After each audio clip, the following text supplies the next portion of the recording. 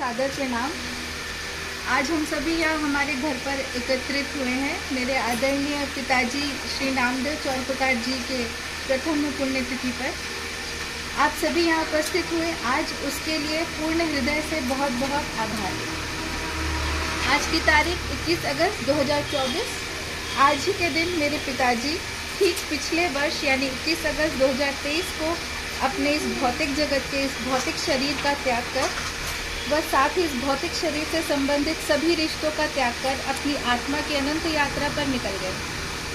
हम उनके परिवारजन संबंधी जब तक जीवित हैं इस देह में, तब तक इस देह की पहचान व रिश्ता कायम रहेगा।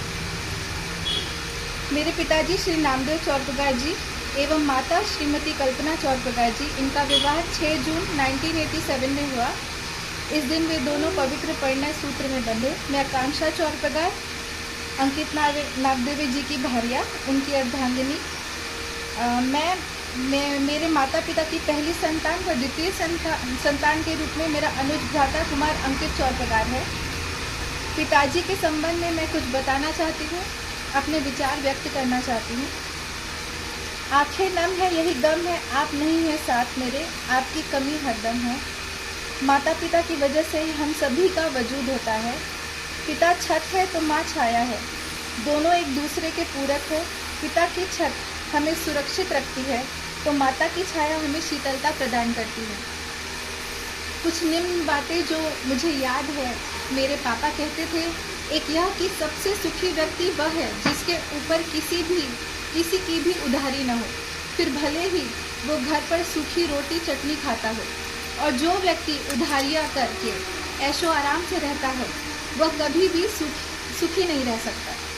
दूसरी बात जो मेरे पापा कहते थे, जिसे मैंने अपने जीवन में पूर्णतः आत्मसात किया है, वह यह कि यदि आपको कोई चीज़ 98% आती है पर 2% नहीं आती तो आप उस व्यक्ति के सामने 0% होकर बिना घमंड के एक स्टूडेंट विद्यार्थी की तरह ज्ञान प्राप्त कीजिए। ज्ञान देने वाला यदि उम्र में छोटा भी हो तो भी वह ज्ञानी होने की वजह से हमसे बड़ा होता है। तीसरी बात जो मेरे पापा कहते थे कि पूछो, पता लगाओ, शर्म मत करो। ये मत सोचो कि कोई क्या कहेगा। 10 लोगों में से 6 लोग तो आपको उपरोक्त उस विषय पर जानकारी देंगे ही। मेजॉरिटी की जानकारी पर ध्यान दो, and that I do it, I follow. पापा कहते थे कि कभी भी किसी को पूरी बात मत बताओ, क्या पता जो दिख रहा है वो दोस्त है या नहीं, पता चला वो दगा दे जाए। पहले समय देखकर परख कर ही विश्वास करो। और भी बहुत सी बातें हैं पर वो सभी संभव नहीं है। मेरे पिताजी sale tax income tax advocate रहे। उन्होंने शिक्षा में BCom, LLB and MA in sociology ग्रहण की। उनका स्वयं का ऑफिस था। उनकी हिंदी भाषा बहुत ही शुद्ध थी। उनकी हिंदी भाषा में बहुत ही सुंदर और मजबूत पकड़ थी। हिस्ट्री में उनका काफ़ी रुझान था, काफ़ी जानकारी थी उन्हें हिस्ट्री की। इवन कौन बनेगा करोड़पति शो में वो ऑप्शन के पहले ही आंसर दे दिया करते थे। मेरे पिताजी का स्वभाव संयमी था। ज़रूरत पड़ने पे वे राउडी शेर भी हो जाते थे। उनके अपने उसूल थे जीवन के जो हमें मर्यादित रहने की प्रेरणा देते रहे। एक उनका सुंदर गुण जो मुझ में भी आया है वो ये कि चाहे जो भी हो आगे बढ़ो, रुके मत रहो। कोई भी गुस्से वाली या दुख की बात हो उसे उसी क्षण को, क्षणिक है जो उसी क्षण में रोक दो, जो कि वो क्षणिक है, उसे वे भूल कर आगे बढ़कर सामान्य हो जाते थे। वे कभी भी बातों को लेकर कभी भी वो बैठते नहीं थे। मेरी माता व मेरे पिता दोनों ही बहुत आत्मस्वाभिमानी हैं और सेवा भाव में अग्रणी हैं। मैंने बचपन से, जब से मुझे समझ आई है, उन्हें मैंने ऐसा देखा है और उनसे सीखा है। मेरे दोनों माता और पिता ने सिखाया कि गलत बर्दाश्त न करो, आवाज़ उठाओ, खुद का पक्ष स्वयं लो, अपने स्वाभिमान की रक्षा स्वयं करो, गलत बात पर रिएक्ट करो, शांत मत रहो कि कल को वे कुछ लोग जो आप पर हावी न हो जाए। कुछ बातें ऐसी भी थी जो मैंने मेरे पापा से शेयर की थी, मम्मी से नहीं। तो बहुत ही शांति और स्पेसिफिकली बहुत अच्छे दोस्त की तरह उन्होंने मेरा मार्गदर्शन किया है। बचपन की थोड़ी झलकियाँ याद है मुझे। मैं सुबह बिस्तर से तब तक नहीं उठती थी जब तक पापा मुझे अपनी पीठ पर नहीं उठाते थे। पापा बेड के किनारे खड़े होते थे और मुझे अपने पीठ पर लाद कर घर के सभी कमरों में चक्कर लगवाते थे और कहते जाते थे, पोता क्या, डोंट प्रेस इट अप, पोता क्या। उसके बाद भी मेरे बाकी सारे काम होते थे और ये रोज़ ही होता था काफ़ी टाइम तक, जब तक मैं बड़ी नहीं हुई। मेरे पापा, उनके बड़े भाई श्री महादेवराव चौरप्रगार जी मेरे बड़े पापा को पिता तुल्य मानते थे। वे कहते थे कि भाई की वजह से मैं रायपुर आया और आज यहाँ पर हूँ। बड़े पापा भी हमारे बीच अब नहीं है, वे भी अपनी अनंत यात्रा पर जा चुके हैं अपने देह त्याग कर। मेरे पिता विनोदी स्वभाव के भी थे। अक्सर उनके मित्रों से सुना जाता रहा कि वकील साहब आ गए, मतलब अब महफिल जमेगी, अब अच्छी रोचक बातें होगी। परिवार में भी यही आलम होता, रात रात बैठकर बातें चलती रहती थी। परिणय सूत्र में मेरे माता पिता के बनने के बाद कुछ समय उनके पिता तुल्य भाई भाभी के साथ रहने के बाद उन्होंने किराए पर एक कमरा लिया। उसे कमरे का सफ़र तय कर दोनों ने ये बड़ा सा अपना आशियाना बनाया। हमें बिल्कुल उनकी ही मैं उनकी बहुत ही पैम्पर्ड चाइल्ड रही हूँ as compare to my brother. मेरा भाई शुरू से ही सिंसियर रहा है। मेरे तो जूते पॉलिश, चाहे ड्रेस प्रेस करना हो, हर चीज़ स्कूल तक भगा के ले जाना हो, पूरा मेरे पापा करते थे। बहुत ज़्यादा मैं पैम्पर्ड बच्चा रहा हूँ। मेरी शादी के लिए लड़का नहीं मिल रहा था, तब पापा रात 1 बजे तक 2 बजे उठ कर साईं बाबा के सामने खड़े होकर प्रार्थना करते रहते थे। जब उनको ब्रेन हैमरेज की वजह से लकवा हुआ, तब बोलने में असमर्थ होते हुए भी वे मेरी चिंता में बाली बाली टूटी फूटी आवाज़ में बोलने की कोशिश कर मेरा नाम ले रहे थे। रमेश काका को बुलाओ और बाली की शादी का ख्याल रखने को कहो। उस परिस्थिति में भी मेरी चिंता थी उन्हें। मेरे पति श्री अंकित नागदेव को पाकर मेरे पिता मेरे लिए पूरी तरह से आश्वस्त हुए। ऐसा दामाद पाकर वे बहुत खुश थे। मेरे पिता बहुत ही बुद्धिजीवी थे और उन्होंने परिवार को बहुत ज़्यादा महत्व दिया, हमें परिवार का महत्व सिखाया। चौरप्रगार फैमिली पूरी हमेशा परिवार को सम्मान देते आई है और हमेशा ही देते रहेगी, यही बात है। हर पल मैंने ये देखा अपनी चौरप्रगार फैमिली में कि हर पल अपनी एकजुटता का परिचय चौरप्रगार फैमिली ने दिया।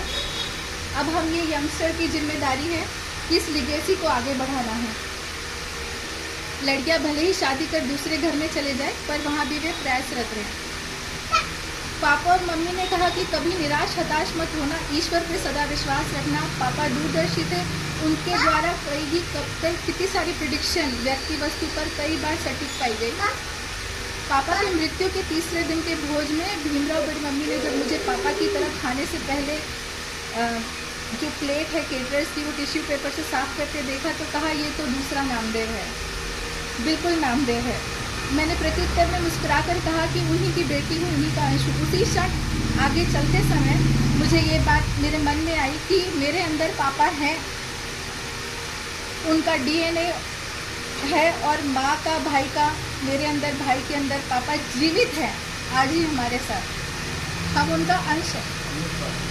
भूख लगी तो थाली पे चम्मच बजाकर किचन में मम्मी के पास भूख लगी कह रहे। लेट नाइट ट्रैवल करके चाहे पापा कितने भी देर आए, आउट ऑफ स्टेशन से दूर आते थे, फिर भी सुबह काम पे वो जाते थे। ये उनकी कर्मठता और सिंसियरिटी दिखाती थी। सुबह उठकर सारी खिड़कियां पर्दे खोल देते और उनकी आवाज़ ही मेरा अलार्म होती थी, बिकॉज अलार्म घड़ी मुझे कभी सुनाई नहीं देती थी। एग्ज़ाम टाइम पर भी वे उठ जाते थे और मुझे उठाकर न्यूज़पेपर पढ़ते थे और बीच बीच में दरवाजे पर देखने आते कि मैं कहीं सो तो नहीं गई, और सो जाती थी तो फिर डांट पड़ती थी।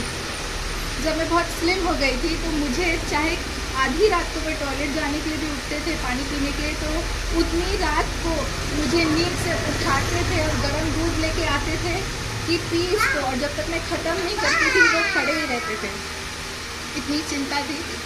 वे बहुत ही सपोर्टिव हस्बैंड रहे। मम्मी पापा दोनों ने एक दूसरे का बहुत साथ निभाया। इनकी लड़ाइयाँ होती थी तो मैं इन दोनों को टॉम एंड जेरी कहती थी, क्योंकि ये कितना भी लड़ ले पर एक दूसरे के बिना कभी भी नहीं रह सकते थे। जब मैं पैदा हुई तो लोगों ने कहा, अरे नामदेव की तो लड़की हुई है, पहली लड़की हुई है। बट तब मेरे पापा ने कहा पहला बेटा कपाड़ी गोटा, पहली बेटी देते दूध घी रोटी। जब मेरा पहला मिसकैरेज हुआ तब मम्मी ने बताया पापा बहुत रोए थे। जब मेरी बेटी अद्विका हुई तब पापा बहुत खुश हुए। एक बार मैंने अद्विका को डांटा, वो प्लग होल्डर में हाथ डाल रही थी, तब पापा ने बहुत बुरी तरह से मुझे डांटा कि उस मासूम बच्ची को तूने क्यों डांटा। अंतिम महीनों पे वे वीडियो कॉल पे बस मेरी बेटी को एक एक घंटे तक देखते रहते थे, चुपचाप लेटे रहते थे, ज़्यादा बात नहीं करते थे। मम्मी से कहते थे कि बाली की बेटी को देखूंगा वीडियो कॉल पर। बाद में जब पापा हॉस्पिटल में एडमिट होने को जाते तब मम्मी पापा से कहती, बाली के पापा हाथ नहीं छोड़ना, साथ नहीं छोड़ना। पर 21 अगस्त को पिछले साल पापा ने हाथ छोड़ दिया, लेकिन उनका साथ नहीं छूटा। उनका साथ हर पल उन पर आशीर्वाद स्वरूप है। माँ और पापा ने हम भाई बहन को सदा ही प्रोत्साहित किया है। पिछले अच्छे पलों को हमने सेलिब्रेट किया है और बुरे पलों पर हमने सामने बैठक पर कमरे में बैठ के एक दूसरों से मीटिंग करके उसे सुलझाया है। आज पापा नहीं है तो सच कहूँ तो मुझे अनप्रोटेक्टेड तो फील होता है। भाई है, हस्बैंड है, फैमिली, बट स्टिल पापा नहीं है, क्योंकि वो एक बाप एक स्ट्रॉन्ग आधार होता है। बड़े होने के बाद भी रोड क्रॉस करते समय पापा मेरा हाथ पकड़कर कई बार मुझे रोड क्रॉस करवाते थे, मेरे सर पर हाथ रखते थे, हल्का सा दबाकर सर पर हाथ रखते थे। उनकी स्पेशली डांट, जोर से बाली मुझे पुकारना, उनका ठहाके लगाकर हंसना जोर जोर से, हंसते हंसते उनकी आंखों से पानी आ जाना, उनकी वो दमदार आवाज़, सब कुछ अब कहीं भी नहीं है। बहुत शिकायतें हैं बिकॉज भाई को सक्सेसफुल और उसकी शादी और बच्चा देखना चाहते थे, बट 2-3 महीनों में वो समझ चुके थे कि वो नहीं रहेंगे। वे कहते थे मैं नहीं रहूँगा, सबका ख्याल रखना।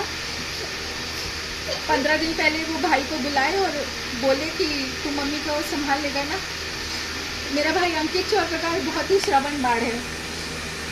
जब तक मेरी शादी नहीं हुई तब तक मैंने जिम्मेदारियाँ ली पूरी, पर शादी के बाद मेरे छोटे भाई ने कम उम्र में सभी जिम्मेदारियाँ उठाई और उसका बखूबी निर्वहन किया और अभी भी कर रहा है। मेरी माँ का दुख सबसे बड़ा है, उन्होंने अपना जीवन साथी खोया है। अकेले चाहे जितना भी रोले मम्मी, पर भाई के सामने स्पेशली हिम्मत दिखाती है ताकि उसकी हिम्मत न टूटे। आज हमारे पास सौभाग्य है कि हमारी माँ हमारे साथ है, जो हमारा आधार है। लकी है, सौभाग्यशाली है वे लोग जिनके माता पिता दीर्घायु हैं और उनके साथ रहते हैं, इसलिए लाभ उठाइए उनके सानिध्य का। आशीर्वाद स्वरूप कदर कीजिए, क्योंकि याद रखिए माँ बाप ही होते हैं जो आपसे सच्चा प्यार करते हैं, निस्वार्थ भाव से करते हैं। पति हो, पत्नी हो, बच्चे हो, दोस्त हो, भाई बहन, मुँह बोले, ये सभी मिल जाएंगे आपको, बट आपको कभी माँ बाप नहीं मिलेंगे, उनका कोई रिप्लेसमेंट नहीं है। नसीब वाले हैं जिनके सर पर माता पिता का हाथ होता है, जिद भी पूरी होती है अगर उनका साथ होता है। आज जब मेरी बेटी हुई तब मैं और मेरे हस्बैंड समझते हैं इस निस्वार्थ प्रेम को अच्छे से। माँ एक्सप्रेसिव होती है, वो एक्सप्रेस करती है अपने प्यार को, उनका प्रेम दिखता है, पर पिता अनएक्सप्रेसिव होता है, उसका नहीं दिखता। पिता की डांट में उनका प्रेम छिपा होता है। हमारे उज्जवल भविष्य के लिए वे हम पर कड़ाई करते हैं। हमारी ज़मीन माँ है तो सर पर आसमान हमारे पापा होते हैं। पिता बाहर से सख्त होता है पर अंदर से नर्म होता है। कभी डर लगता था आपकी डांट से पापा, पर आज आपकी खामोशी मुझे सताती है। मुझे मालूम है कि अब आप नहीं आने वाले, फिर भी आपकी यादें अक्सर मुझे रुलाती है। जब बहुत बार रोई, मैं सौभाग्यशाली हूँ, मेरे हस्बैंड अंकित ने मुझे संभाला। अंकित ने मुझे हमेशा, मेरे हस्बैंड अंकित ने मुझे संभाला, पीठ पर हाथ फेरा, सांत्वना दी हमेशा। लोग कहते हैं कि किसी एक के चले जाने से ज़िंदगी नहीं रुकती, लेकिन ये कोई नहीं जानता कि लाखों के मिल जाने से भी एक पिता की कमी कभी पूरी नहीं हो सकती। पिता संघर्ष की आंधियों में दो धारी तलवार है। पिता जिम्मेदारियों से लदी गाड़ी की सारथी है, वे हौसलों से भरी एक मजबूत दीवार। कभी कभी बहुत जिद होती है कि चाहिए पापा, पर पता है कि वो नहीं आ सकते। पापा मुझे बब्बी कह के प्यार से बुलाते थे, दूधी माँ बोलते थे। और जब उनके माता पिता का देहांत हुआ, मेरे दादा दादी का, तब एक दिन किसी बात पर उन्होंने मुझसे कहा कि मेरे माँ बाप अब नहीं रहे, डाली, आज से तू मेरी माँ है और बाबू मेरा पिता है। किसी की ज़िंदगी छोटी तो किसी की बड़ी होती है। मौत किसी के दरवाजे पर तो किसी के सर पर खड़ी होती है। कौन जाने किसके हिस्से में कल का सूरज आएगा कि नहीं, लेकिन मुंह फुलाकर बैठे हो आज, वो क्या पता कल मिल पाएगा कि नहीं। दिल से जुड़े रिश्तों को ढूंढना गलत फहमियों का शिकार बनाइए। मन मुटाव की इस गांठ को इतना कसकर न लगाइए। ये वक्त की रेत हाथों से पल में फिसल जाएगी। तुम आवाज़ लगाते रहोगे और मौत तुम्हें कब उसे दूर ले जाएगी, बहुत दूर ले जाएगी। उपस्थित सभी माननीय लोगों से ये कहना चाहती हूँ कि परिवार में चाहे जितने भी मतभेद हो जाए, परंतु कभी भी मनभेद नहीं होने चाहिए। मेरे पिता की तरह ही यदि हम उग्र बातों को उन क्षणों में फिर चाहे रिएक्ट करने के बाद भी उसे खार न खाकर मन में लेकर न बैठो, तो हम अपने रिश्ते संभाल सकते हैं। रिएक्ट तो कर सकते, करना ही हो जाता है क्योंकि हम इंसान हैं, संत नहीं। तो गुलजार साहब का एक शेर है, वो कहते हैं, समेट लो इन नाजुक पलों को, न जाने ये लम्हे हो न हो भी ये लम्हे, क्या मालूम शामिल उन पलों में हम हो न हो। बहुत बहुत शुक्रिया आप सभी का, आप सभी आए और मान बढ़ाया। बहुत बहुत शुक्रिया।